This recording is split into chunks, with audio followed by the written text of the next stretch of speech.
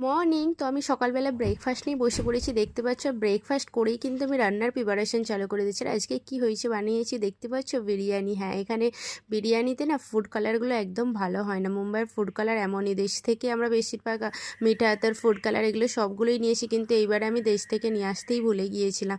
সেই জন্য বিরিয়ানির কালারটা খুব একটা ভালো হয়েছিল না। তারপর আমরা চলে এসেছি মেলাতে। আর মেলাতে বাবু এসে দেখছি ওই দোলনাটাতে ওঠার জন্য কান্নাকাটি করছে। ওই দোলনাটা এত ডেঞ্জার, আমার তো ভীষণ ভয় লাগছিল দেখে।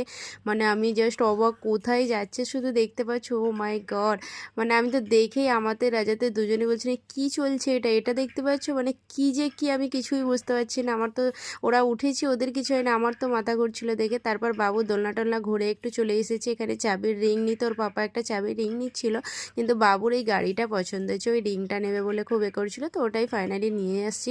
তারপর আমরা এখানে আইসক্রিম খেলাম, ফুচকা খেলাম, এখন বাড়ি চলে যাবো। ভিডিও ভালো লাগলে প্লিজ